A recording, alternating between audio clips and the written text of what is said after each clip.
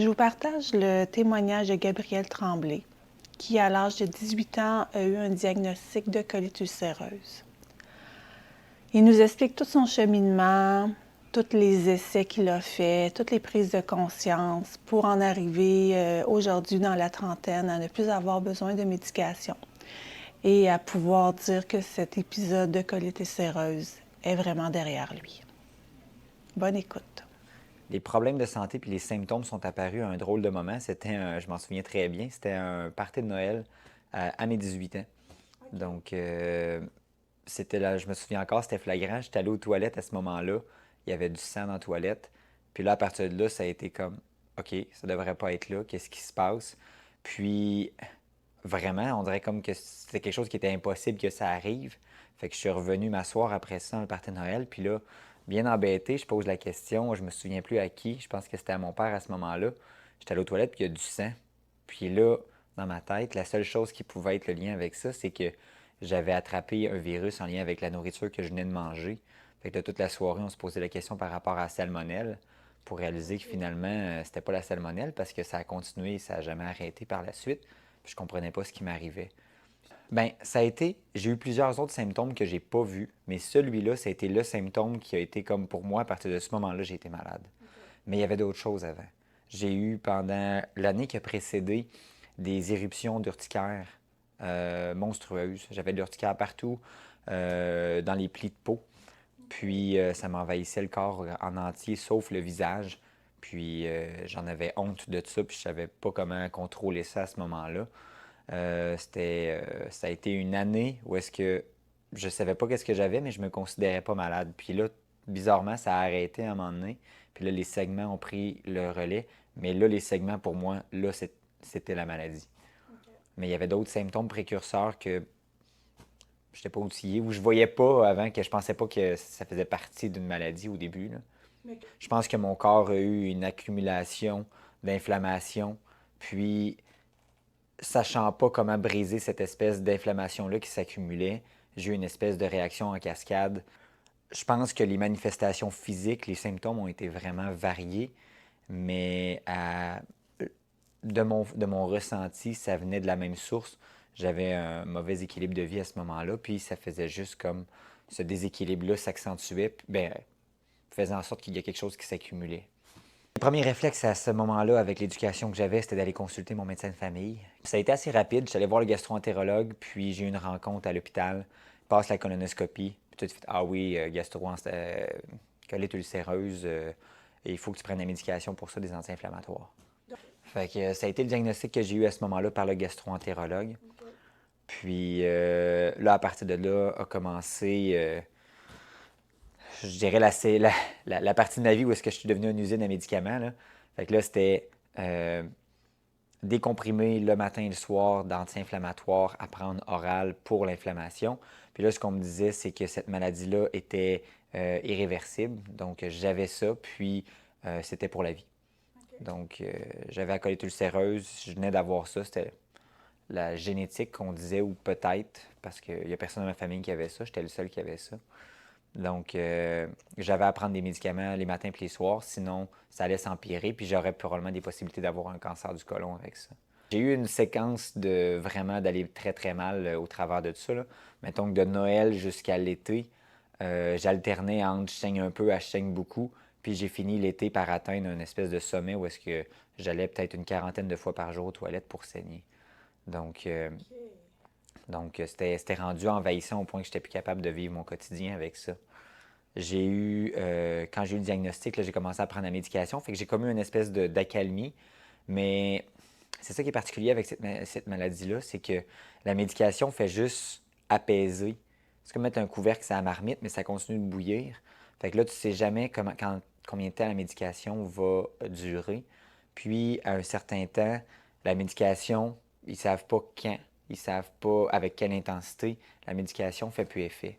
Fait qu'il y en a pour qui la médication, puis là, c'est vraiment, là, selon le discours que j'avais eu des médecins, c'était le gros hasard. Ça se peut que tu n'aies plus besoin dans 20 ans. Ça se peut que dans 20 ans, tu aies une stomie. Fait que là, j'avais cette espèce d'épée de Damoclès là au-dessus de la tête, là, où j'avais un spectre de ça se peut que tout d'un coup, j'aie plus besoin de la médication, comme ça se peut que ça parte en vrille, j'aie des inflammations incroyable. Puis j'ai eu un sac. Puis l'idée du sac, moi, me faisait vraiment peur. Surtout qu'à 20 ans, dans mes souvenirs, dans la vingtaine, ma vingtaine commençait, j'étais en forme. Je gagnais des compétitions sportives, j'étais quelqu'un qui était très actif.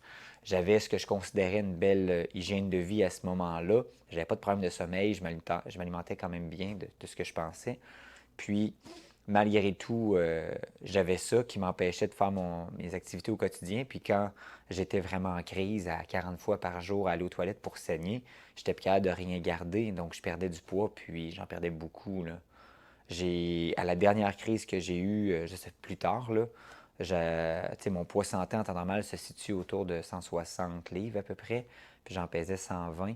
Mais à 120, j'étais maigre, j'étais très maigre.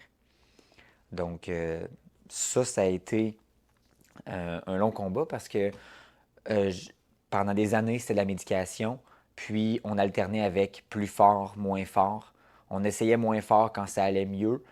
Du moins, c'est ce que je voulais, sauf que les médecins me disaient tout le temps, si tu prends moins fort, tu risques de t'abîmer l'intestin. Fait que t'es mieux de prendre plus fort au cas où. Mais là, à prendre des médicaments forts, il y a des effets secondaires avec ça. Là, j'avais des inflammatoires au début oral, mais après ça, c'est devenu des suspensions rectales qu'il fallait que je me mette tous les soirs. Et là, à 20 ans, c'est difficile quand même pour l'ego de se mettre des suspensions rectales à tous les soirs. Là, après ça, c'est devenu des médicaments, des immunosuppresseurs. Fait que là, j'enlevais mon système immunitaire, mes globules blancs dans mes intestins. Fait que là, je devenais prédisposé à avoir des maladies qui, si je prenais pas des antibiotiques, je guérissais pas. Fait que là, j'étais en plus d'avoir des immunosuppresseurs, j'avais des antibiotiques à chaque fois que j'avais une grippe. Et là, ça me virait le système à l'envers. Puis, j'ai fait des cycles de ça pendant plusieurs années. J'ai même vécu, ça m'a touché gravement. Il y a eu, ça fait de ça à peu près 5 ans, il y a eu une pénurie de médicaments d'anti-inflammatoires euh, c'était pas des anti-inflammatoires, moi c'était rendu des immunosuppresseurs que je prenais à ce moment-là. Je me souviens, le nom du médicament c'était Purinethol. Puis c'est ça que je prenais pour mes intestins. Puis il y a eu une rupture de stock. Fait qu'il fallait que je me promène dans les pharmacies du Québec pour trouver les fonds de magasins qui restaient pour m'approvisionner. Et d'être dépendant comme ça d'une médication pour avoir une qualité de vie, là, c'était plus agréable. Mais j'étais médicamenté pendant 13 ans à divers degrés. Donc, puis aussi, ce qui arrive qui est important avec la colite ulcéreuse, c'est que dans le jargon, ils appellent ça des flares, des crises. T'es pas en crise toute l'année. Tu as des moments de crise. Puis là, quand tu arrives à un point de crise où est-ce que c'est trop grave, on te sort la dose maximum de cortisone. Puis là, à coup de cortisone, on apaise ta crise. Puis, ce qui arrive, c'est qu'après ça, tu veux une accalmie. Puis, c'est jusqu'à temps que la prochaine crise revienne, là où qu'on revient, là, on n'en peut plus, puis on prend la cortisone. Donc, l'idée, c'est comme une espèce de montagne russe où est-ce que on essaie de contenir, crise, cortisone. Là, il y a un apaisement temporaire, puis là, on contient, cortisone. Et là, une fois qu'on arrive à un point où est-ce que c'est plus tenable pour le corps, on augmente la médication pour contenir. Donc, au départ, c'est des anti-inflammatoires. Après ça, c'est des immunosuppresseurs. Puis là, maintenant, on est rendu aux agents biologiques. Fait que dans mes dernières années de traitement, je dirais de mes 28-29 ans à 31 ans, non, c'est pas vrai. Ça a été la dernière année, puis c'est ça qui a été un peu le point changeant dans ma médication. C'est que j'ai voulu avoir des enfants. Puis quand ma conjointe était enceinte, là, j'ai recommencé à avoir une crise. Puis là, ça se pouvait plus. Là, c'était plus vivable, ce cycle-là de crise. Fait que j'ai monté à un niveau supérieur, je vais dire, de médication avec les agents biologiques. Fait que là, au lieu d'être des immunosuppresseurs, c'était une perfusion. À tous les mois, il fallait aller à l'hôpital. Puis pendant 3 heures, j'étais branché sous sédation pour recevoir un agent qui détruisait ma flore intestinale, mais plus en profondeur dans mon corps. Ça venait moduler ma réponse. C'était toujours des segments. Puis, avec les segments venaient des crampes. Puis, avec ça aussi venait le fait que je n'étais pas capable de me retenir. Donc, souvent, je m'échappais dans mes sous-vêtements, là. OK. Donc, pas très pratique au quotidien ou pas très pratique quand tu enseignes comme moi devant une classe, là. Donc, c'était vraiment difficile. C'était vraiment difficile à vivre, là, ce mot-là. C'est pas pour rien qu'ils appellent ça une maladie débilitante, là. Ça te rend fou, tu es tout le temps en train de penser à ça, puis comment t'essayes de jauger le risque. Je vais être capable de me rendre jusqu'à telle place où je vais m'échapper. C'est vrai. C'est, c'était quelque chose. Puis, Principalement, c'est un affaiblissement du système immunitaire. Fait au quotidien, j'avais pas beaucoup d'effets secondaires. La cortisone, j'en ai eu beaucoup, par exemple. La cortisone, j'ai eu énormément d'effets secondaires. Encore à ce jour, j'en vis encore les effets de tout ça. Euh, pour les agents biologiques puis l'immunosuppresseur, ça a plus été le fait que dès que j'avais, admettons, un virus ou une infection en lien avec la... Admettons, j'étais allé en voyage. Un jour, j'étais allé au Vietnam, j'ai mangé de la nourriture qui n'était pas fraîche. Mon père, j'étais en voyage avec mon père à ce moment-là. Il était malade pendant 2 jours. Après ça, il était correct. Moi, pendant 2 semaines, je guérissais pas. Puis on se demandait qu'est-ce qui se passe, comment je fais, je guéris pas. Pour appeler ma pharmacienne pour me dire, ah, avec ce médicament-là, tu guériras pas. Il faut que tu prennes un antibiotique. Fait qu'il a fallu que je prenne du Cipro pour être capable de guérir de ça. Sinon, ça aurait jamais disparu. En fait, cette espèce de transformation-là s'est effectuée depuis longtemps, puisque de 18 ans à 25 ans, mettons, j'avais aucune solution à ça. J'étais sur la médication, puis je subissais, puis j'ai jamais voulu subir une maladie. Je trouvais que c'était vraiment... j'aime pas le terme, là, mais je pense que je pourrais dire je trouvais ça pathétique de juste attendre mon sort comme ça, puis de me demander qu'est-ce que le médecin allait dire que j'allais prendre comme option, puis j'avais pas le choix. On dirait que j'avais pas le contrôle de ma vie. Donc, à partir d'à peu près 25 ans, j'ai commencé à découvrir... La première chose que j'ai découvert, c'est une femme de Granby qui avait un livre qui s'appelait Guérir la colite ulcéreuse naturellement. Principalement, ce qu'elle disait, c'est que ça avait un lien avec la nourriture.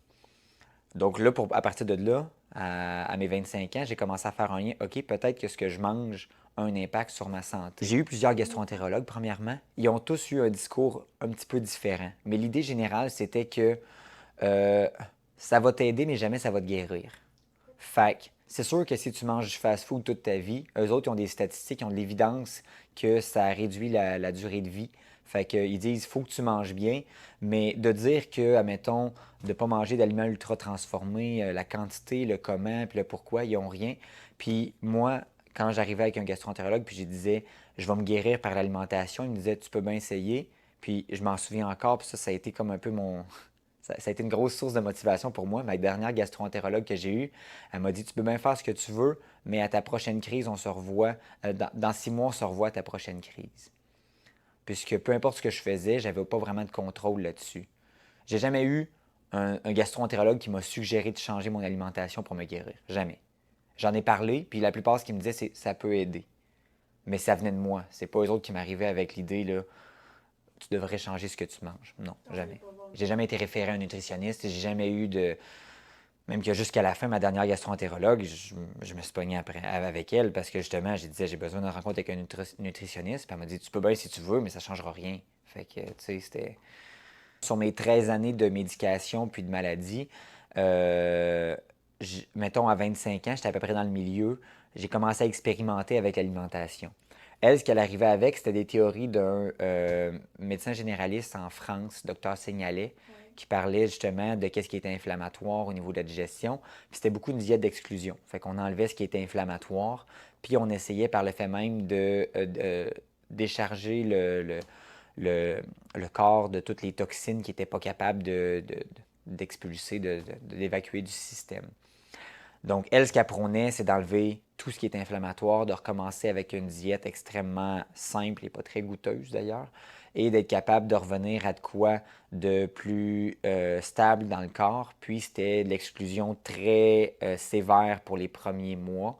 Et après ça, retour à quelque chose d'un petit peu moins sévère, mais malgré tout, dès qu'il y avait quelque chose qui ne marchait pas, tu revenais à la diète plus sévère. Euh, il n'y avait pas vraiment de fin au régime. C'était de l'exclusion permanente après ça. Puis elle se basait sur les études qui avaient été faites en lien avec ça, puis qu'il y avait beaucoup de documentation en lien avec la candidose en France. Donc, c'était les deux, un peu, ces deux pistes d'expérimentation, parce qu'elle aussi, elle voulait se trouver de quoi, puis il n'y avait rien. Elle aussi, il n'y avait personne qui lui donnait de solution par rapport à ce qu'elle vivait. Fait que, elle a vécu quelque chose de positif avec ça. Elle a vécu une disparition de ses symptômes comme ça. Fait que c'était positif. Elle a sorti un livre où elle documentait la nourriture qui passait et qu'est-ce qui passait pas. Donc, j'ai essayé ça. Mais essayer un régime seul quand personne y croit, puis personne te dit, que même les médecins te disent que ça sert à rien, c'était vraiment un gros exercice de motivation puis de discipline mentale.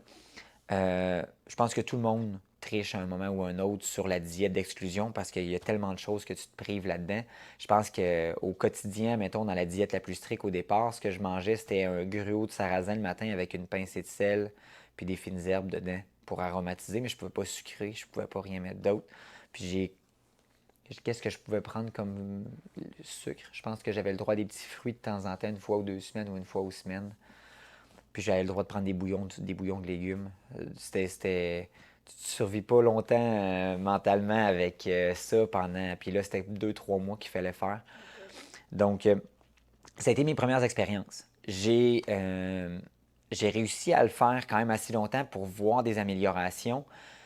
Mais ce qui arrive, c'est qu'il y a tout le temps quelque chose qui flanche quelque part, puis il y a tout le temps des symptômes qui reviennent parce que dès que tu triches un peu, ça revient. Puis la digestion, ce qui est un peu salaud dans les maladies en lien avec le système digestif, c'est que c'est décalé. C'est pas je mange quelque chose de mauvais, puis tout de suite j'ai les symptômes mauvais. Des fois, c'est une journée plus tard, parce que ça prend du temps des fois de transiter dans le système où l'accumulation, la manifestation physique se fait en décalé. Fait que là, tu te retrouves à faire une espèce de calcul dans ta tête. C'est-tu ça que j'ai mangé, voilà ça 4 heures? C'est-tu ça, voilà 8 heures? Puis c'est dur pour l'équilibre psychologique dans ce temps-là parce que tu finis par te sentir coupable de tout ce que tu manges. Donc, à partir de mes 25 ans jusqu'à à peu près mes 30 ans, je dirais, ça a été un bon 5 ans. À partir du moment que j'ai découvert le livre de cette dame-là de Granby, j'ai expérimenté avec plusieurs régimes. Fait que j'essayais le régime FODMAP, le régime keto, le régime paléo, le régime... Puis là, name it, je les ai essayés, puis j'essayais de durer le plus longtemps possible. J'essayais de trouver quelque chose qui était en harmonie avec ce que j'étais capable de faire. Parce que ce qui arrive à un certain point, c'est qu'il fallait que je sois capable de le toffer, ce régime-là. Après avoir essayé pendant, on va dire, à peu près 4-5 ans, l'alimentation, toutes les diètes possibles pour être capable de faire baisser l'inflammation, je me suis dit qu'il fallait que j'essaye autrement. Puis là, j'ai commencé à essayer le ostéo, naturo. Là, après ça, j'ai eu de la polarité, j'ai eu de la kinésio. Même pas alternatif, peu importe. J'ai essayé, puis là, je me suis dit, on va élargir mes horizons, puis on va voir un peu. Fait que là, c'est un peu là que j'ai appris qu'au-delà de l'alimentation, il fallait que j'aie une approche un peu plus holistique, puis que j'aille voir aussi au niveau énergétique, puis au niveau psychologique, pour être capable d'avoir un bon équilibre de vie. Fait que j'ai essayé, mais encore une fois, il n'y a pas grand-chose qui tenait. On dirait que j'essayais quelque chose, là j'essayais de le faire, puis on dirait qu'on a envie de se jeter un peu partout quand ça va pas bien, là, ça, 2 semaines, ça marche pas, ça, puis on passe à autre chose, puis on s'épuise là-dedans. Puis au travers de tout ça, en plus de ça, j'étais en couple à ce moment-là, puis c'était dur pour ma conjointe de me voir, mais j'étais un peu partout, puis on dirait qu'on n'a pas envie d'aller. Il y a la médecine qui te propose pendant ce temps-là de la grosse médication plus forte, qui est un peu rassurante en quelque sorte, mais qui vient avec plein d'effets secondaires puis des choix de vie qui viennent avec. Donc, je voulais aller plus loin et expérimenter encore, mais ça donne l'impression que j'allais à contresens de ce qui était facile et évident. Puis je dirais qu'en général, pour beaucoup de gens dans mon entourage, ça les sécurisait que j'aille là plutôt que là. Puis c'était dur pour moi pendant ce temps-là parce qu'on dirait que je m'isolais un petit peu des gens par des discussions en leur disant que j'allais expérimenter ça. Puis je pense que c'était mieux pour moi que d'aller voir la médecine qui semblait pourtant une évidence que ça allait cacher le symptôme. Mais moi, je le savais très bien que ça faisait déjà 10 ans que je vivais avec ça. Puis le symptôme, c'était pas suffisant de cacher le symptôme pour me sentir en santé. Donc, en fait, ce qui est particulier, c'est que ce qui s'est passé dans la dernière année, à peu près, je dirais, de ma maladie, ça a été une séquence assez particulière.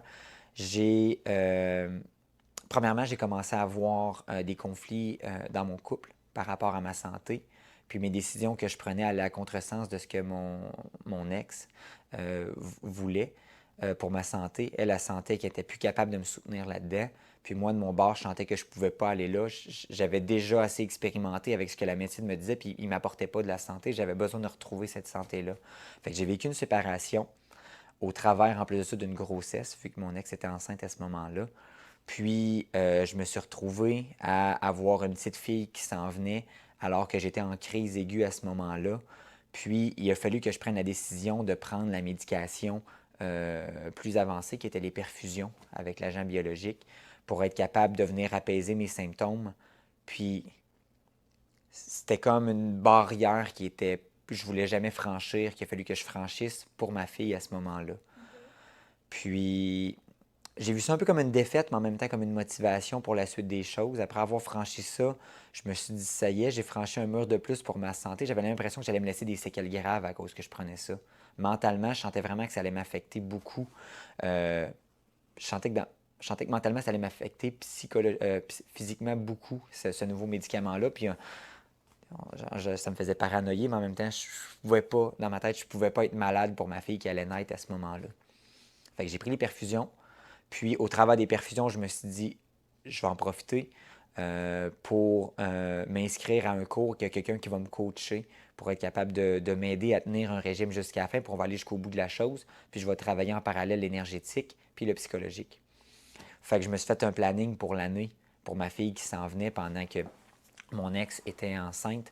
Puis, moi qui avais besoin de passer au travers d'une espèce de processus de guérison là-dedans. Fait que j'ai suivi un cours que j'ai trouvé en ligne en France d'une femme qui avait réussi à se soigner avec un régime de crise pour être capable de faire baisser l'inflammation. Je me suis dit, on va prendre cela, ça a l'air de fitter avec ce que j'étais rendu à ce moment-là au niveau des régimes. Puis elle parlait d'énergétique au travers de tout ça, avec un petit peu d'acupuncture, de point de pression pour être capable d'aider au niveau de l'énergétique. Puis là, elle offrait pas de soins psychologiques à ce moment-là, mais j'ai suivi une approche non directive. Fait que c'est une psychothérapeute, encore une fois, qui offrait un peu de la psychologie, mais alternative. Puis elle m'a aidé à faire des décisions de vie par la suite en lien avec une séparation, une grossesse, la maladie.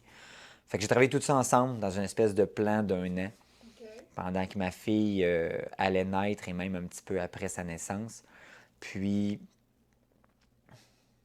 il s'est passé, c'est bizarre à dire, mais comme pendant que je le faisais, je me suis dit, il faut juste que j'aille au bout. Là. J'ai trop fait de début d'affaires à gauche puis à droite, il faut que j'aille au bout. Puis ma fille devait avoir à peu près 3 ou 4 mois déjà qu'elle était née.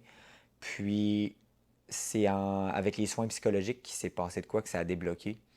J'étais en train de discuter avec ma psychothérapeute à ce moment-là. Puis, je cherchais à me rapprocher de ma famille, je cherchais à me rapprocher de mode de vie qui était plus sain pour moi, de ce que je voyais à mes yeux. Puis, pour réaliser en jasant avec elle que je vivais quotidiennement un petit stress, mais chronique que je vivais au quotidien en lien avec les décisions que je n'étais pas capable de prendre, que j'appréhendais le résultat, puis ce que vraiment les autres me percevaient au travers de cette décision-là. Puis, ça, c'est quand même le fun. C'est quand même scientifiquement prouvé, mais quand tu vis un stress constant, ta digestion ne fonctionne pas efficacement pendant ce temps-là.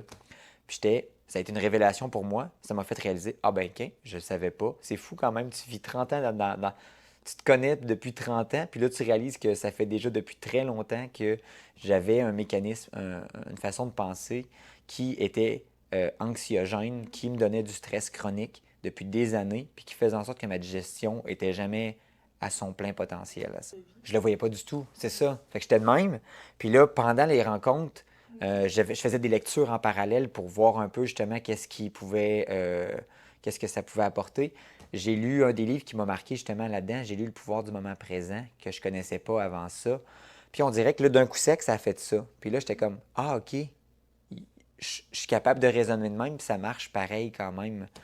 Puis là, à partir du moment que ça a débloqué, on dirait que tout le reste, que je travaillais tellement fort pour que ça marche, mais que ça marchait pas, là, ça a comme embarqué d'un coup sec. Fait que c'est comme quoi il manquait juste une petite flamme, un petit quelque chose de plus pour que tout ça déboule. Puis on dirait qu'il m'est venu une confiance intérieure vraiment forte à ce moment-là, où est-ce que je me suis dit, j'ai la misère à justifier pourquoi, mais je le sens que ça va coller, là, puis je suis en guérison en ce moment. Le mental était vraiment, vraiment solide, puis j'étais capable de partir pour longtemps avec ça. Puis, comme d'adon, mes symptômes ont diminué vraiment, vraiment, vraiment rapidement. J'étais encore à ce moment-là sous les perfusions au mois. Puis, je rencontrais ma gastro-entérologue qui me disait, tu vas mieux, ça veut dire que le médicament fonctionne bien. Puis moi, dans ma tête, j'étais, non, non, c'est pas le médicament qui fonctionne mieux, c'est mon corps en général qui est en train de guérir en ce moment. Le médicament, il fait juste cacher un symptôme, mais c'est parce que bientôt, il n'y aura plus de symptômes parce que je vais mieux, je suis en train de guérir. Puis, elle me disait, prends-le au cas où encore pour 2 ans, 5 ans. On te fera des colonoscopies à tous les ans pour vérifier que ça va mieux. Puis quand tu seras beau, après une coupe de colonoscopie, on pourra te l'enlever, cette médication-là. Mais là, j'étais un peu impatient parce que moi, je savais que je m'en venais en santé. On dirait que je n'étais pas capable d'arrêter ce train-là. J'avais déjà à peu près une quinzaine de colonoscopies à mon actif dans ma vie. Je commençais à en avoir assez d'avoir une caméra dans le cul. Je commençais à être tanné de me faire envahir dans ma dignité comme ça. Fait que j'ai fini par arrêter la médication, puis j'ai pas reparlé à ma gastro-entérologue de tout ça. Elle m'a dit toujours à la toute fin, la dernière rencontre que j'ai eue avec elle, j'ai dit, je vais arrêter la médication sous peu, puis je me sens que je suis en santé, puis je sens que je suis en train de guérir en ce moment. Elle m'a dit, tu peux bien faire ça si tu veux, mais on se revoit dans 6 mois. Fait que selon elle, j'allais être malade dans 6 mois, comme n'importe quel de ses patients, j'allais revenir en crise. Fait que ça m'a comme un peu. C'est venu me chercher, puis là, je me suis dit, ah ben maudit. Fait que là, depuis ce temps-là, j'ai pas reparlé parce que je suis pas malade. Ça fait comme 3 ans et demi à peu près, 4 ans, ouais, 3 ans et demi. Puis là, j'ai pas de crise depuis, j'ai pas de. J'ai plus. Moi, je considère que je n'ai plus la colite ulcéreuse. Par exemple, j'ai quand même des manifestations physiques, des symptômes encore de quand j'ai un mauvais équilibre de vie. Mon corps m'avertit, puis je les vois maintenant, ces symptômes-là. Mais je ne suis pas obligé de me rendre à des segments 40 fois par jour pour savoir que mon équilibre de vie n'est pas bon. Principalement, je dirais, c'est bien simple, mais c'est souvent une séquence très stressante, souvent au travail ou en lien avec un conflit avec un proche dans mon quotidien. Euh, Soit aussi en lien avec une séquence où est-ce que j'ai eu un mauvais sommeil pendant plusieurs journées. Euh, Plusieurs suites de moments d'affilée où est-ce que je prends la nourriture qui n'est pas très bonne pour mon corps, où est-ce que je sens que là, j'ai des symptômes physiques.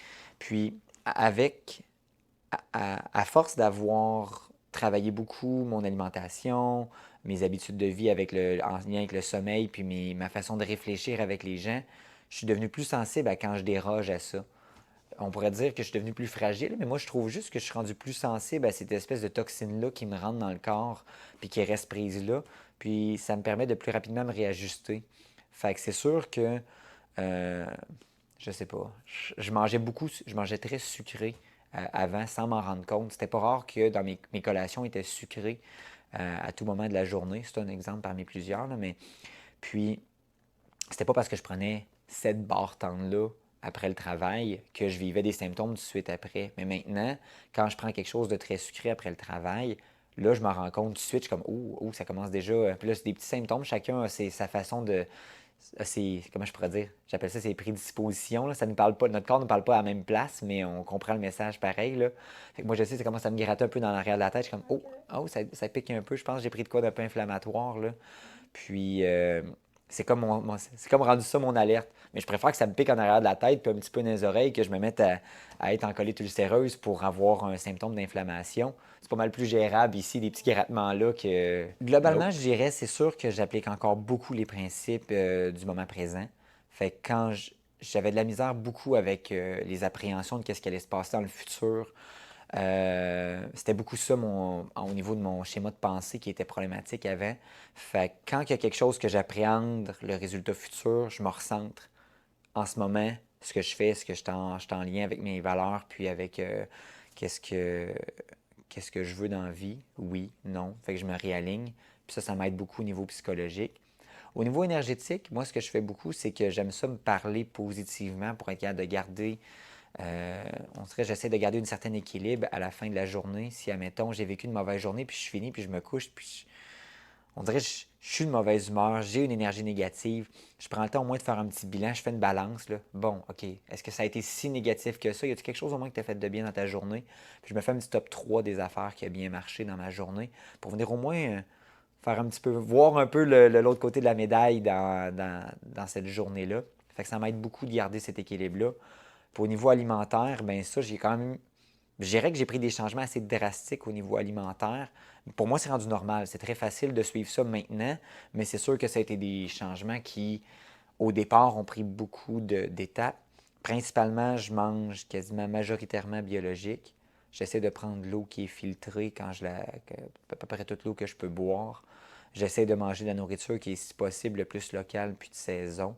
Mais tu sais, on le sait tous déjà, ça, que c'est bon pour la santé. C'est juste que je pense pas qu'on le suit autant que ce que je suis en ce moment. Mais pour moi, ça a fait beaucoup effet. Fait que je me tiens quand même très solidement à ces principes-là pour être capable d'avoir une bonne alimentation. Le seul, je dirais, que je mange plus en ce moment, c'est le gluten. Que j'ai vraiment de la difficulté à réintégrer parce que je veux pas. J'ai vécu beaucoup de diètes d'exclusion, puis ça m'a vraiment rendu plus malheureux que heureux. Fait que je pense que le bonheur est aussi important dans la santé. Donc, j'aurais aimé réintroduire quelques aliments qui ont du gluten dedans parce que je trouve que c'est quand même, ça peut apporter, ça peut être social manger, ça peut être une façon de communiquer avec les autres ou d'avoir du plaisir aussi. Fait que des fois, c'est un peu un casse-tête logistique d'essayer de trouver une façon sans gluten de manger avec les autres. Mais en général, je dirais que ça vaut la chandelle de ne pas le remettre. Je trouve que le blé, si on suit moindrement les études avec ça, il a été assez malmené génétiquement, puis c'est un des bons porteurs de glyphosate, le gluten. Ben, pas le gluten, le blé. Donc, j'étais comme, on dirait que j'avais assez d'informations pour me dire, OK, c'est pas grave, je vais me priver de toutes les toxines qui viennent avec ça. Mon corps va s'en porter mieux, puis ça va faire moins de toxines à gérer dans mon espèce d'équilibre d'inflammation que je reçois dans mon corps. Tu sais, parce que c'est un peu ça que j'ai fini par avoir comme principe de vie. Je me dis, regarde, il ne faut pas virer fou, je ne peux pas empêcher toute toxine de passer, de transiter dans mon corps. La plupart des toxines du quotidien qu'on pourrait nommer, c'est souvent des sources de plaisir en même temps. Donc, c'est pas pour rien qu'on a encore à ce jour de l'alcool dans notre quotidien. Il y en a encore qui fument, il y en a encore qui font des nuits blanches. Je pense qu'il y a un certain plaisir à retirer de tout ça. Tout est une question d'excès, puis es-tu capable après ça d'évacuer les toxines en lien avec ça? Moi, j'ai choisi d'enlever le gluten parce que je trouvais que c'était une toxine de trop que mon corps, je voulais pas avoir à éliminer. Mais je garde tout le temps une espèce d'équilibre de balance dans mon corps où est-ce que je me dis, bon, j'ai-tu fait assez de choses aujourd'hui qui me permettent de me détoxifier ou est-ce que j'ai pris assez de toxines aujourd'hui dans mon corps pour être capable de garder cet équilibre-là de qu'est-ce qui rentre, qu'est-ce qui sort. Je suis pas mal égal à la fin dans la journée. Fait que, comme ça m'aide à me permettre de prendre comme, mettons, une petite barre de chocolat avant de commencer notre entrevue sans me sentir coupable. Puis je me permets de me prendre un café le matin, mettons, sans me sentir coupable de tout ça. Mais je me dis tout le temps qu'il y a une question d'équilibre là-dedans. Quand je sens que je suis plus fragile, oups, ça veut dire que là, peut-être que j'élimine moins bien à ce moment-ci. Fait que là, je vais baisser un petit peu le niveau de toxines qui rentre dans mon corps ou je vais me permettre de faire plus d'activités qui me permettent de me détoxifier. Donc, je joue sur l'équilibre sans compter, sans me limiter. Je sens pas que je me limite au quotidien. Ça, c'est très simple, puis je le fais. Sinon, comme je te disais tantôt, des fois avant de me coucher, je me fais une espèce de petit top 3 de ma journée, qu'est-ce qui a été positif ou qu'est-ce que j'ai fait qui a semé du positif dans ma journée, peut-être à d'autres personnes. Ça me fait du bien, ça. J'ai quelques exercices de respiration des fois que je fais. J'aime bien l'exercice de respiration. Je me souviens plus le nom. Je pense que c'est une respiration carrée. Tu respires autant de temps que tu expires.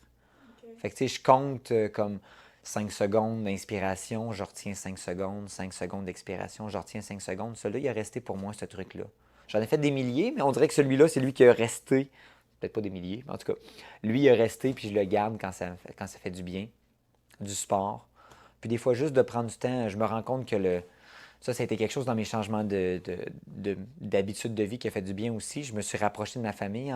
J'ai fait un déménagement suite à ma séparation.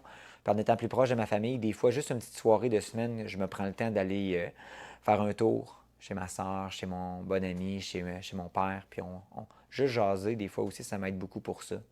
C'est pas des affaires bien compliquées, mais on dirait que j'avais perdu de vue que dans ma routine, c'était important que je garde ça là-dedans. Fait que ça, c'est mes petits trucs à moi pour faire une dé... ça sonne très compliqué, faire une détox, mais c'est ça, c'est ma détox à moi.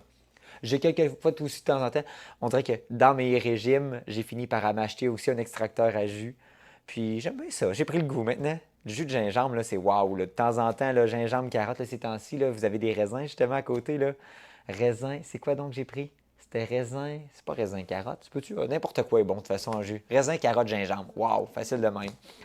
Fait que, bref, ça de temps en temps aussi, j'aime bien ça. Je casse le café, je troque le café contre un jus. Fait que j'ai l'impression que j'ai pas perdu au change, puis mon jus à la place, c'est probablement meilleur pour mon corps que le café.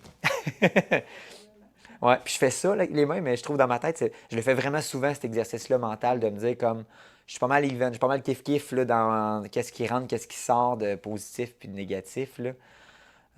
Ça, j'avoue que ça reste beaucoup dans ma réflexion au quotidien pour être capable de garder cet équilibre-là. Je pensais que je m'alimentais bien avant, puis honnêtement, Je pense qu'il y a encore beaucoup de gens, en regardant mon alimentation quand j'avais, mettons, 18 ans, auraient dit tu t'alimentes bien. C'est juste que je pense que la science et un petit peu de lobbying de la part de certains producteurs alimentaires fait en sorte que tu peux penser que tu manges bien, mais par exemple, quand tu cherches un peu plus, c'est pas si bon que ça. Je suis quand même très sensible à tout ce qui est la nourriture ultra transformée, les agents de conservation. Puis ça, j'ai jamais regardé ça avant.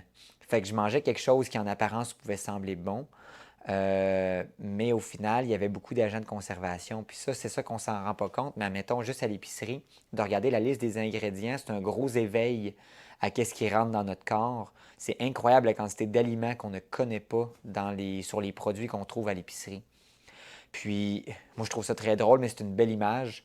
Rentre dans l'épicerie, puis toutes les rangées du milieu, tu peux te dire que c'est des affaires qui sont optionnelles pour être capable de manger, parce qu'au final, tout ce que tu as besoin se trouve sur le tour de l'épicerie. Ils veulent que tu fasses le tour à l'épicerie, mais dans le centre, c'est tout de l'extra, fait qu'ils te forcent un peu à passer au travers.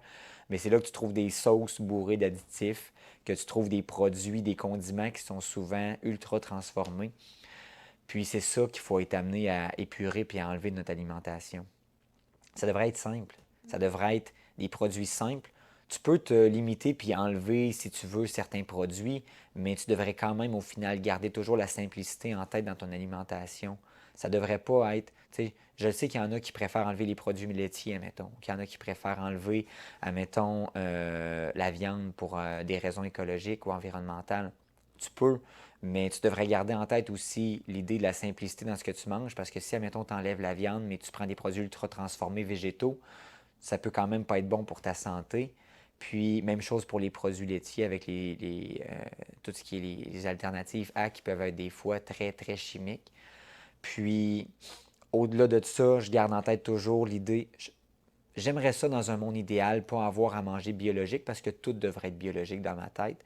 Mais vu que c'est la seule façon d'avoir une espèce de garantie d'un producteur que je connais pas, je mange biologique par choix, puis j'encaisse la différence financière en me disant que ça me rapporte pour toutes les fois que je vais pas à l'hôpital à cause de ça.